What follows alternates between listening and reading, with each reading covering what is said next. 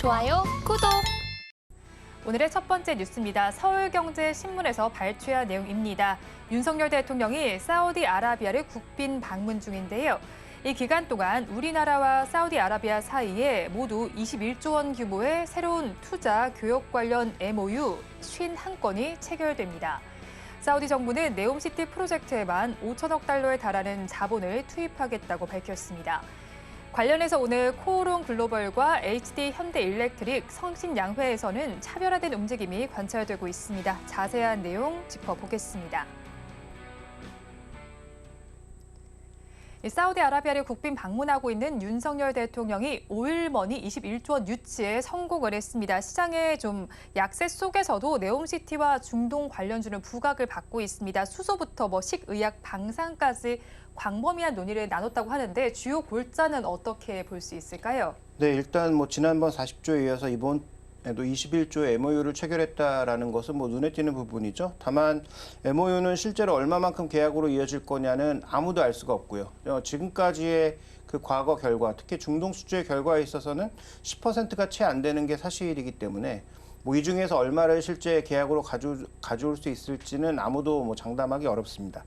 저 두 번째로 살펴봐야 될 것은 그래도 의미 있는 게 전 두 가지가 있다고 생각하는데, 탈탄소를 가려고 하는 지금 그 사우디와 지금 우리가 가장 눈에 띄게 나타나는 것은 수소와 관련된 부분. 그래서 기존에 이제 가스라든지 이런 쪽에서 개질해서 수소를 얻을 수 있는 부분에 있어서 의미 있는 어떤 계약을 맺을 수 있는 것은 분명히 좀 주목해 봐야 될 것 같고요. 자, 또 하나의 포인트는 방산 수주는 아직 확정되지 않았는데, 네. 방산 수주와 관련된 부분이 나온다면 이 부분은 의미가 있는 게, 폴란드는 기존에 러시아 쪽 무기 체계를 쓰다가 러시아 쪽을 벗겨내면서 우리나라 무기를 수입한 것이지만, 사우디는 아시는 것처럼 미국에서 가장 많은 무기를 사는 국가고 우리와 동일한 무기 체계를 사용하고 있어서 우리나라 무기와 어떤 호환성 자체가 가장 높을 것으로 예상되는 국가이다 보니까 이런 부분들은 좀 의미가 있을 것 같습니다. 그래서 아직 뉴스가 나오지 않았지만 이런 부분들을 좀 더 주목하시는 게 좋을 것 같고요. 자, 마지막으로 또 하나 눈에 띄는 것은 지금 그 이스라엘 하마스 사태를 포함해서 중동 쪽이 확전되지 않으리라는 것이 대부분의 컨센서스입니다만, 만약에 의외의 상황으로 갔을 때 우리가 가장 이제 취약한 곳은 원유를 얼마만큼 확보할 수 있느냐가 관건이겠죠. 근데 이제 그와 관련된 530만 배럴 정도의 그 원유 확보와 관련된 계약을 맺었다라는 것, 이 두 가지는 저는 좀 의미가 있고, 이번에 밝힌 21조도 그렇게 큰 의미는 없다. 그때 이제 막 얘기됐던 40조 얘기 나올 때 얘기됐던 종목군들의 지금 위치를 보시라. 올라간 게 단 하나라도 있을까? 없습니다. 시장 때문인가? 그렇지 않습니다. 그래서 이 네옴시티와 관련돼서는 여전히 우리가 좀 차갑게 바라볼 필요가 있고, 확실하게 계약서에 도장 찍기 전까지는 계약은 계약일 뿐, 이렇게 보셔야 될 것 같습니다. 그렇죠. MOU 이야기가 나오면서 굉장히 호재의 뉴스이긴 하지만 이게 계약이 어느 정도까지 이루어질지는 살펴보셔야겠고, 수소와 방산과 관련된 부분은 상징적인 의미가 있다고 볼 수 있겠습니다. 거기에 원유와 관련해서도 논의가 이루어지는 만큼 이 부분에 대한 체크도 필요해 보입니다. 사우디 투자부 장관의 경우에는 한국은 사우디의 가장 큰 무역국이라고 밝혔습니다. 또 윤 대통령은 사우디와 투자 포럼에서 청정에너지와 전기차, 또 디지털, 스마트팜 등의 분야에서 46건의 계약이나 또는 MOU를 체결했습니다. 그렇다면 한 차례 네옴시티는 시세를 분출을 하기도 했는데 다시 한번 좀 주목을 해볼 만한 섹터가 있을까요?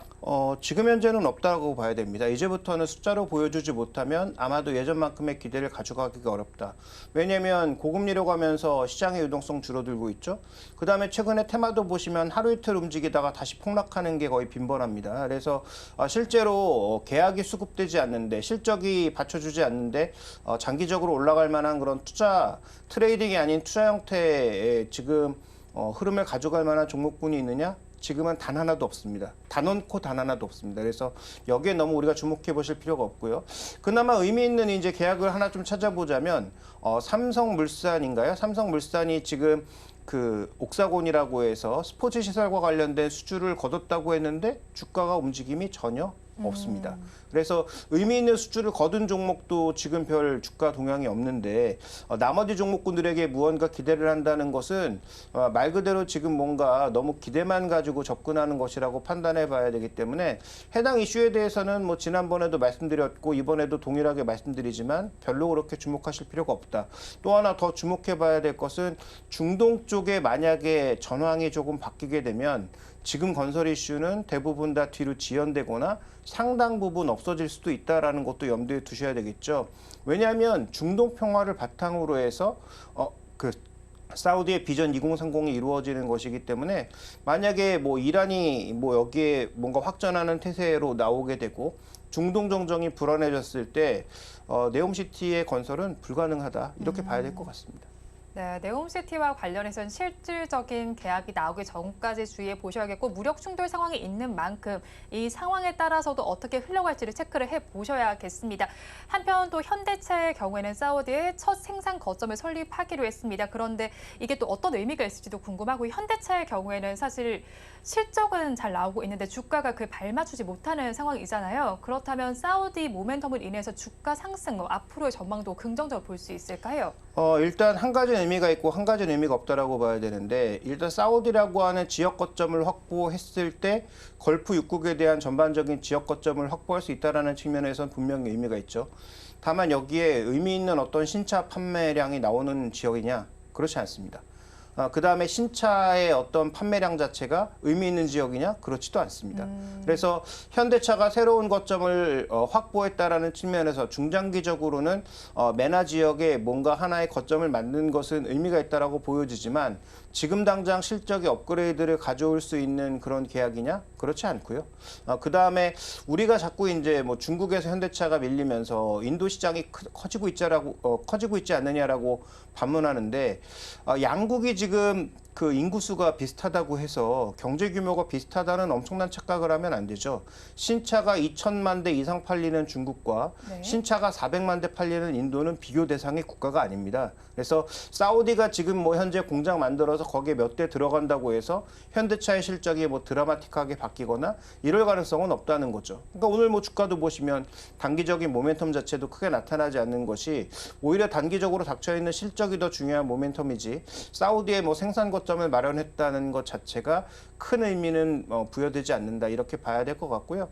오히려 이제 사우디 쪽에 우리가 한번 생각해 봐야 될 것은 사우디가 탈탄소 그다음에 탈석유를 지향하면서 IT 서비스 쪽에 뭔가 굉장히 많은 신경을 쓰고 있는데 우리나라에 와서 사우디 국부펀드가 쇼핑했던 종목들은 의외로 지금 주가가 전혀 움직이지 않았던 게임주 그다음에 또 하나 주목해 봐야 될 것은 사우디와 계속 협력을 맺고 뭔가 IT 서비스를 수출하려고 하는 기업은 네이버입니다. 네. 그래서 뭐 시장에서 전혀 부각받고 있지 않지만 만약에 이런 기업들이 뭔가 의미 있는 수주가 나타난다면은 오히려 그동안 좀 많이 빠졌다라는 측면, 주가의 밸류 부담이 많이 줄어들었다는 측면에서 우리가 과거 이제 중동 수주만 얘기하면 바라봤던 건설주보다는 오히려 좀 의미 있는 흐름이 나타나지 않을까 이렇게도 봐야 될 것 같습니다.